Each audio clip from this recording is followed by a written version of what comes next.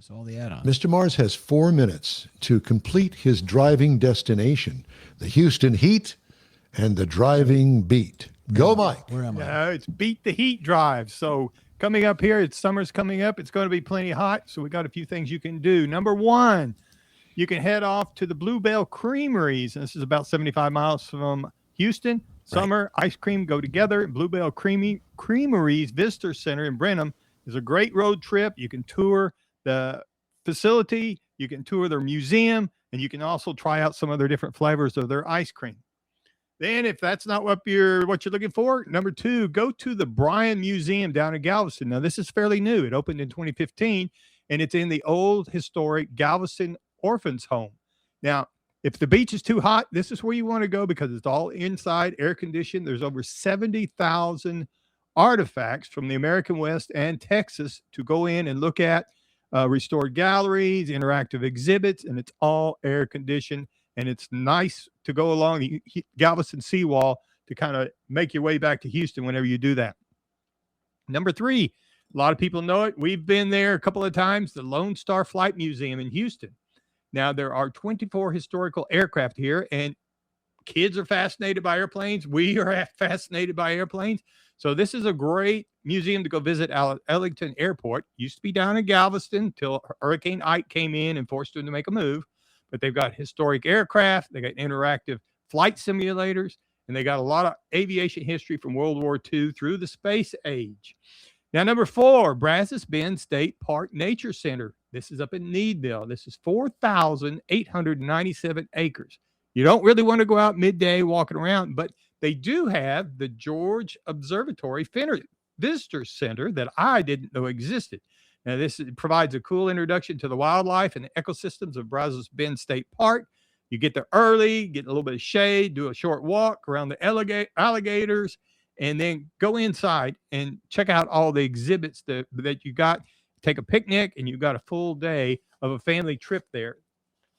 Then I wanted to bring up, that's with a family. Now, if you got your car and you want to go on a road trip, so you need a road to go drive on. So FM 149 in Montgomery to Anderson through the Sam Houston National Forest. Now, this is 48.3 miles, so it's not real long. Down Highway 149 goes through the towering pines of the Sam Houston National Forest, and you goes off to, you got beautiful old historical courthouses on either end of it that you can go in and visit. I've been to the Anderson a couple of times. And it's a great, nice drive after you've been with the family all day and you just want to sneak out for a quick drive. Tackle this one. So that's a few things you can do out of Houston to beat some of the summer heat coming up. So I have to ask you, Jeff and I were just sitting here looking at that courthouse thing, and you said you've been there several times. Were you in handcuffs? Yeah, was it for a misdemeanor or? No. Driving? It was actually on doing some family research, actually up in Anderson County. So you're visiting an inmate. Yes, it was a very distant cousin. The question I have, you said you walk along the alligators. A short walk with along near the alligators, you can see the alligators. Short walk. Okay, it's gonna be, you're gonna have to run real fast. Well, you don't want to get that close. Have you ever been there? No, I don't have. You know, it's right down the street from where we are, and I will tell you that I have been there, and there is a lookout over a swamp, and you cannot believe the number of alligators that you can see walk out across there. On alligator. Yeah, and you definitely don't want to take a small dog, and you don't want to take children off the leash, because those things are faster than you think they take are. a mother-in-law out there. Yeah, well, there's that. Yeah. Anyway, all right. Thank you, sir. The end wheel piques your interest. Time now for Jeff's car culture. American police car beauty. Okay, here we go, Michael. So each year, state troopers from across the nation compete to see which has the prettiest police car. Well, the American Association of State Troopers, which is called the AAST, announced the results of the 13th annual Best Looking Cruiser contest after more than 360,000 votes poured in from supporters around the country. Go, Mike. So that right there, I don't have any specifics on the cars, because there's a lot of them. Obviously, there's a whole bunch, but I'm going to give you the history and the way they break it down. Mississippi. It looks like Mississippi because it's got a Mississippi map on the state. Yeah, there you go. So over the past 3 years, Florida's become the top cat or the top car for the past I don't know, 3 years. This year it appeared, though, as a streak would end. But the late in the game, the Sunshine State stormed back to a fourth consecutive Are we on the victory. wrong one, no, Mike? No, I just know. We're going to go through All these. right. Yeah, I'm just showing you what the other cars look like. We don't get down to the nitty-gritty till the end. So All right. Michigan spent much of the competition in first place, but Florida Highway Patrol's communication team mounted a late push that ultimately propelled the state's black and tan Mustang to win. That's not it. That's not a Mustang. But the Troopers Association has some fun with the dramatic finish, joking that it must be hunting season in Florida because they managed to shoot down the Blue Goose, which is referring to the Michigan State Police car. It's also equipped by hanging chads or late-night ballot dumps from Florida, emphasizing the good-natured ribbing as part of the contest's friendly rivalry. Well, Florida finished with 52,249 votes, well ahead of Michigan's 37,654 once the polls were closed. Georgia secured third place with 34,000 plus, followed by Ohio, Kentucky to round out the top five. Overall, 360-plus thousand votes were cast along all participating states. Oregon received the least with just 185. So that right there, shot, is the Michigan car. That's the what they call the Blue Goose. And I think if you look on that boat, I think that's David Ainsley floating by on that boat back there. No, the sky's too clear. It's all smoky Well, up it kinda there where looks he smoky. is. And then the victory means Florida will once again receive the best-looking cruiser award. There's Florida. And the winning photo will appear on the Well, cover hell, of they're the Mustangs 2027 and Camaros. Yeah, best well that and Chargers. So the Troopers Wall Calendar, sales of the calendar support the American Association of State Troopers Foundation, which awards educational scholarships to the dependents of the troopers. Now, I've got the list right here. So Florida and Michigan is first and second. Georgia was third. Ohio was fourth.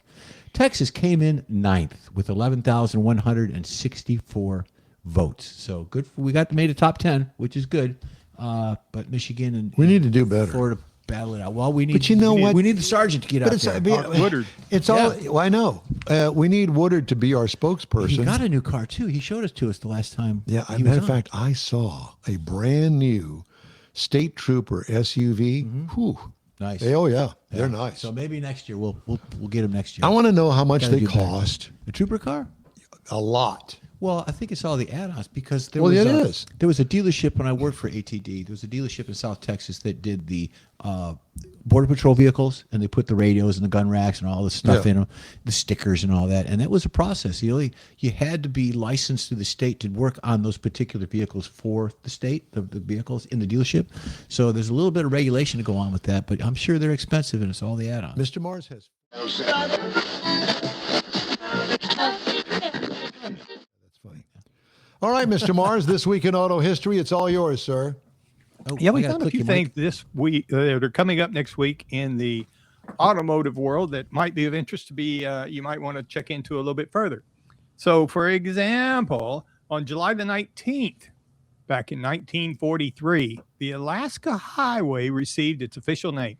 So, Canada and the United States totally built this highway across through from Dawson Creek, British Columbia, Fairbanks, and it became the Alaska Highway. Now, this is also called the Alcan 500. That's where they have that big race. It goes up through part of this. Now, it did this to prove that long-distance travel could connect some of the continent's most remote regions and helped open Alaska to future tourism and commerce. And for the longest time, people would go up there and they would make that drive, but it was a tough drive and hard on vehicles. So now people just fly over it or they cruise around it. But then in July the 19th in 1955, Disneyland's Autotopia opens. Now, this was great. I remember this back in the late 50s when I had a I can chance to still go out see you there. driving that car, too. Yeah, it was right there in the blue and right there. And it was all sponsored by major automotive companies over the decades. It got lots of people came out, brought their kids out there. Not only was it because of Disneyland, but this was a big major thing because the kids could feel like they were driving after they drove for 10 days to get there. Now, it became very unusual, and it helped generations associate automobiles with freedom, adventure, and family travel. However, as a note, now, according to the state of California, by 1 in 27, no more ICE engines. So Disney's trying to figure out how they're going to handle this, if they're going to go to all EV, whatever they're going to do, but the ICE engines are going away. So But that was Autotopia will part of never the be the fun, same. smelling the exhaust and hearing Exactly. the little putt going around there. Yeah, now it's all going to be zzz. Well, Well, that's the end of that. Yep. Then coming up on July the 21st, back in 1925, Chrysler introduced the Model 58. Now, this was a very important. I mean, it kind of looks like it's just another one of the cars that they've got going on here. But they were trying to be a serious competitor to Ford and General Motors. So their cars featured hydraulic brakes. They had a lot of other engineering innovations that were not common at the price point they were setting.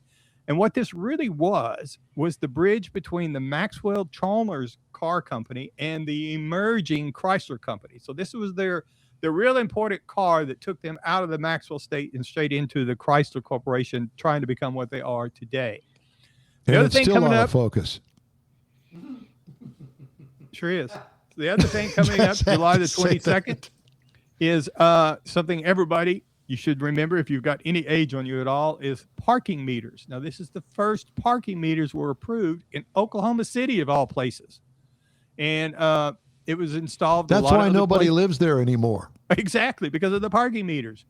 Now, they were obviously very unpopular with motorists, but they became an important part of the automotive infrastructure, and they influenced traffic management in cities across America because that's how they could get people in, get people out. And it also became a source of revenue for many cities.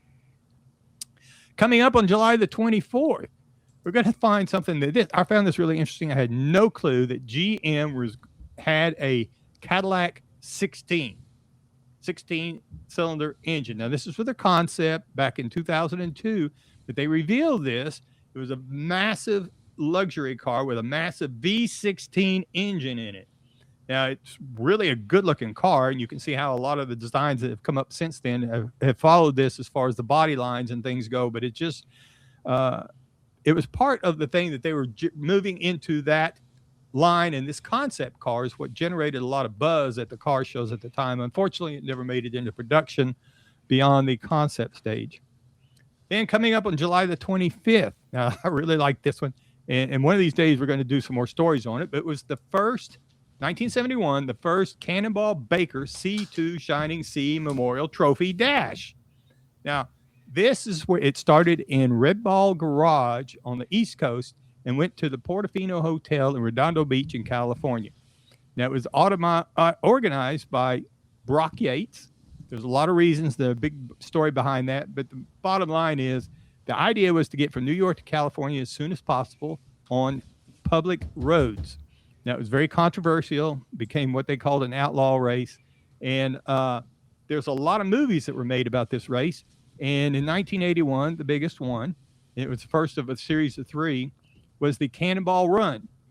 They made a couple of remakes after that, but there's several others. The Gumball Rally is the one I like the best, but it was based on the 1979 Cannonball Baker C2 Shining Sea Memorial Trophy Dash. So, and that was really the last one that was, but it was based on a true story about a real race. Okay, and that's some things you can look at this coming week in automotive history. All right, thank you, sir.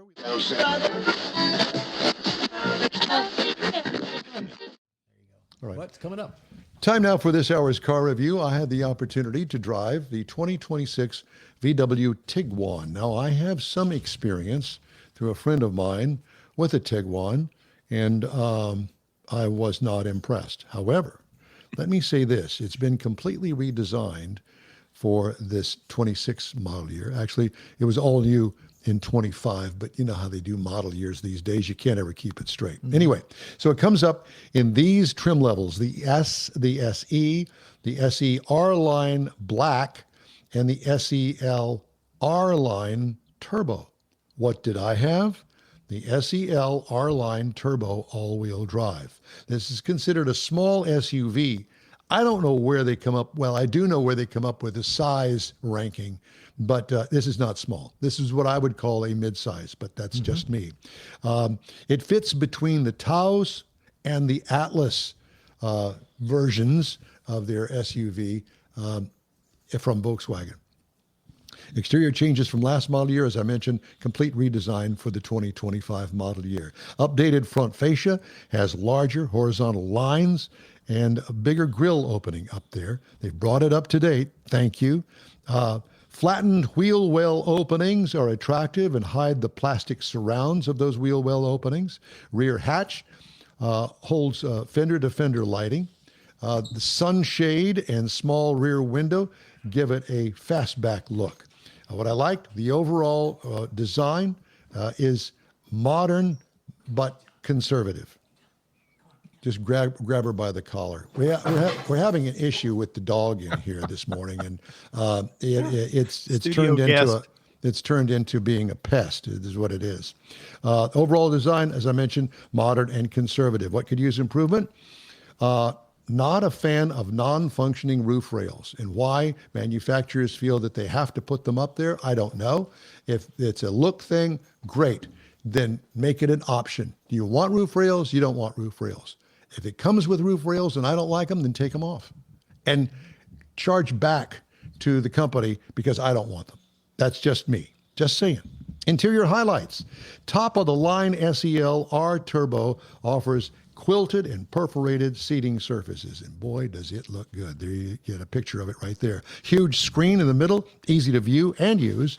The new design offers more second row leg room because it no longer has a third row.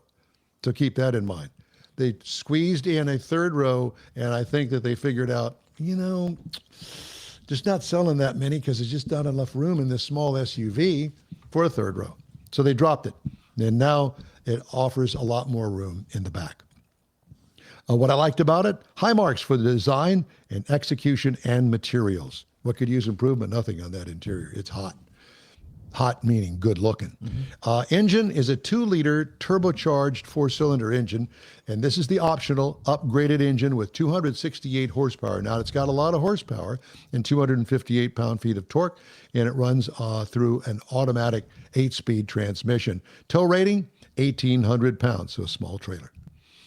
Miles per gallon, 22 in the city is what it's rated, 29 on the highway for a combined of 25. I got 28.7 miles per gallon over 451 miles. Not bad.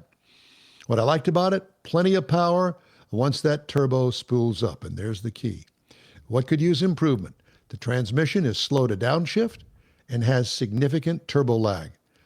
It may be fine for you or somebody that drives conservatively, maybe mom, grandma, whatever.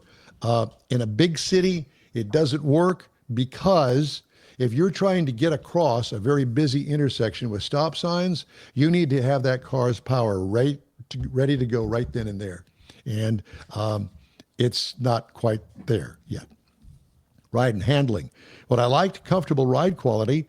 What could use improvement? Well, nothing really. It's a good middle of the road drive at a comfort level. Here's the pricing. Base trim price, $43,085. Prices tested, $45,015. Now, I will tell you this, as far as price is concerned, compared to other vehicles, I think that there's a lot to offer here. Competitors to this vehicle in base, size, and price, the Mazda CX-50 for $29,900. Now remember, the base model price on this Tiguan is $30,805, so it's right in there with it. The Honda CR-V starts at $30,920, and the Kia Sportage goes at the beginning at $28,790. So that gives you some options there to look at if you're in the market for this size vehicle. Next week, I'm going to review the Toyota RAV4. And again, big changes to this very popular vehicle, the Toyota RAV4. That's going to be next week. And that's my review of the 2026 VW Tiguan. Comments, suggestions? It's a good-looking car. I like the car, the shape of it. It does look rather large when you see one on the road. It's not bad. I mean, It's kind of bulbous, I guess. yeah, a little bit, and it's got that Volkswagen look. The front end look. I like the look of it. Yeah. I love the interior. Of course, this was the top of the line. Yeah. Yeah, this is the top of the line vehicle. But that transmission, engine, and turbo lag doesn't do it for me. And I was expecting more because this friend of mine has one very similar to it. It's not the upside engine that this person has. It is the lower entry-level engine. but they act the same because they've got the same turbocharged system, and the transmission doesn't know what to do. If you are, let's just say, for instance, you're coming up to a stop sign and the vehicle is in third gear, so it downshifts to second and it's supposed to downshift to first. Well, okay, the light turned green, stab the accelerator pedal, don't floor it, just you got to go through the intersection. Jump on it. It doesn't know what to do, and it has to think about it, and sometimes up to a 3-second delay before you get going. And to me, that just doesn't work, but that's Yeah, we've talked about that before, about the smaller these motors get, the harder they seem to have to be able to match up that transmission. But not smaller, maybe less power that these motors have. They seem to have harder time syncing up with the transmission. But I will say this. There are others in this class that have the same kind of setup, but they don't have the lag that this one does. So if the lag doesn't bother you, go for it. But if the lag bothers you, continue shopping is my recommendation. All right. Hey, if you'd like to get into